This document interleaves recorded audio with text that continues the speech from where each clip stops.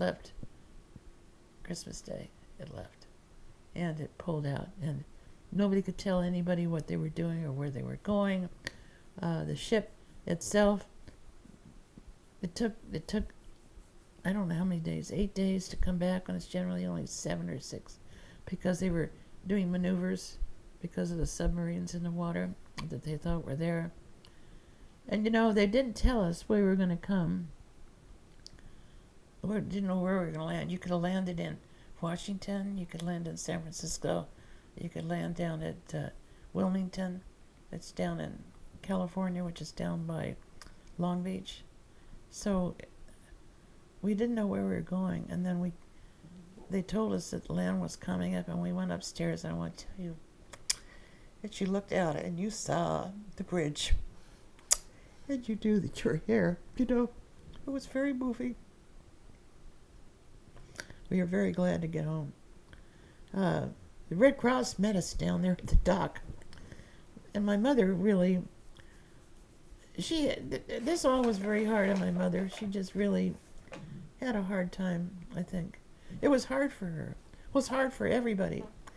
We got in there and they got us a room at the Hotel Stewart, downtown San Francisco. And my mother saved the newspapers. I put them in the book because she saved them. I could write in that the snow fell in San Francisco that day. And actually most of the people went east. We stayed, and they got us an apartment. We stayed there waiting for Daddy to come home until mid-1943.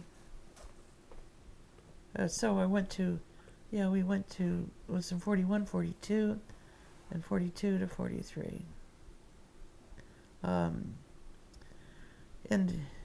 we went to these places, like, we went to visit some friend, and she had realized, I guess I don't know, but she hoarded. She was a hoarder. And she was so proud of all the food that she had collected down in her basement. And it just made me sick. Oh, we lived in this apartment. We went to this school. It was very dreary. We would go up on the roof with ceiling and look to see the ships come in, hope that Daddy would be on them.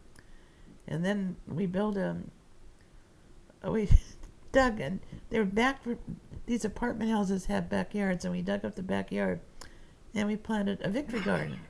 I mean, it was just a victory garden, okay? It was just something the kids did, and it was what we were doing. And you collected tinfoil from all the cigarette packages, and because they were collecting tinfoil, and it was really tin. It was heavy. And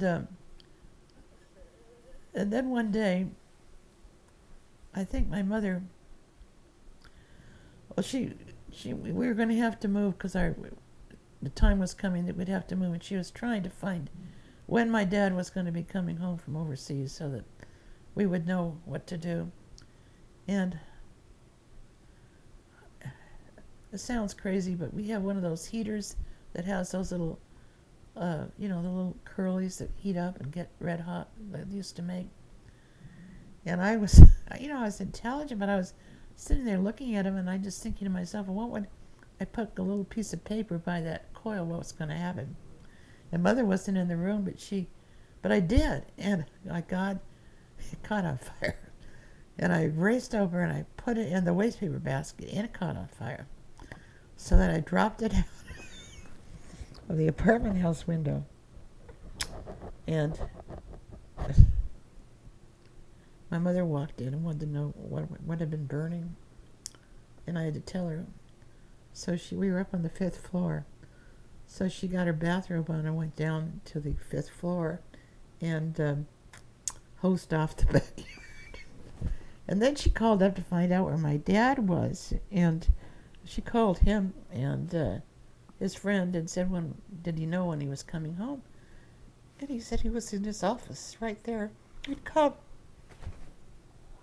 It was very exciting. I didn't think I would cry about this, but it was very exciting to go downstairs and see that he was here.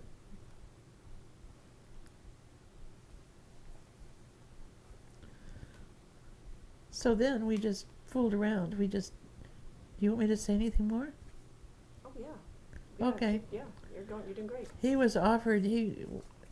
We went down to. We were able to leave San Francisco and go down to San Diego, and start junior high school down there. And Daddy was home for a while. And he was at.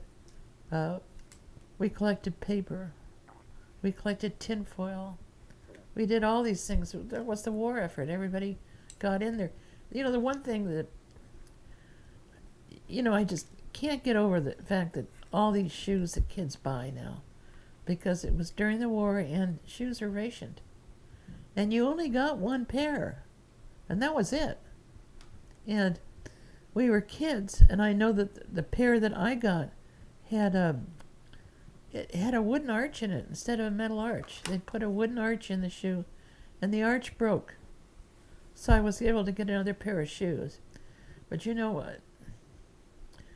We have so much of everything now. And during that, my mother canned vegetables. We went to a place where they actually, you could can peaches and tomatoes and green beans, and they had all the machinery and the tin cans, and it worked out just fine, except that the labels came off of what she canned, so we never knew what was going to be inside the can.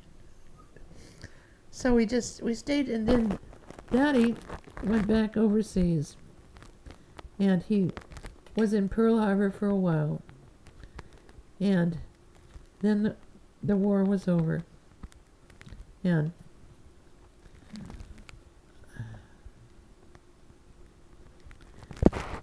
when he was over, he was on the Japanese.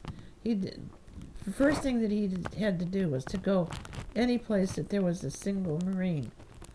It was part of this morale boosting thing where they just flew. And I have the itinerary of all the different places that they flew. And he wrote us one letter coming into Nagasaki, and he said coming in, he said it was just absolute devastation. He said they just got to outlaw the atomic bomb. And after he finished with that one, they put him on a then he became a justice on the Japanese war crimes trials. And he was a justice on the war crimes trials in Guam. He was there for a year. And I found his sentences. I'm trying to pack up the stuff, and I found out that recently the old newspaper article that shows these different people that were the justices on Guam. But I know that he was a fair justice because he never, I mean, he wasn't the type of man who could be, retaliatory. He told Peggy and I that we were going to live a long time, okay? And that we're going to run into people of all different races, and not to carry this with us, which is true. It was just very sad for us, okay? It was sad because I talked to this one person. I never talked with anybody in this Pearl Harbor survivors, okay, about it. And but a gentleman from the state of Washington wanted to know, did I ever have flashbacks or anything of it? And I think one time I did was when we went to a baseball game that they were showing off fireworks. And I'd never seen them shot off at night before, but they looked just like the shrapnel that was going off that night that we shot down our own planes. The same on December 7th out there at the quarters. That upset me. But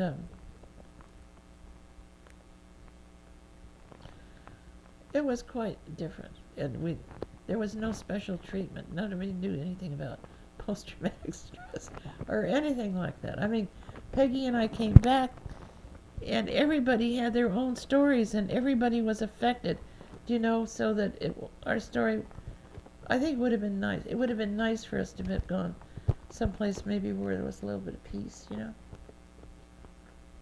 How did you actually hear about the war ending?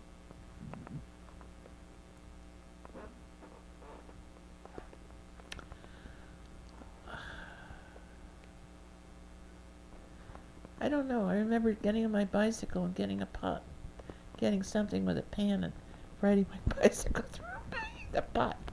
My mother, my mother didn't want to go out to Y because she was fearful about what might happen there. Because they had warned people.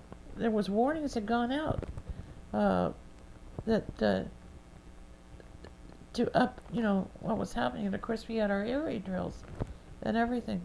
But my mother wanted to buy a car.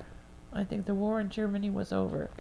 And I think she was talking about getting a car or something like that. Something was happening. And, or something.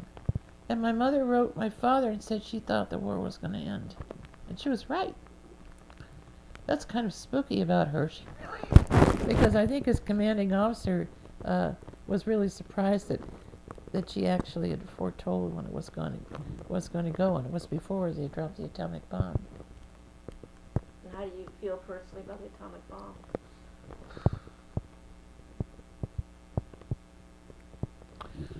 I was glad the war was over. I knew nothing about the atomic bomb. I studied it and I read a lot and I found a lot. And of course, Daddy saw the result of the atomic bomb down there in Nagasaki. He said that it was just total devastation, and he said we must outlaw the atomic bomb. And this was right after they dropped it. So it was the fact that my war was over and my dad was going to come home. And he'd been gone a long time, so it was nice. It was really nice. It was nice to have him come home.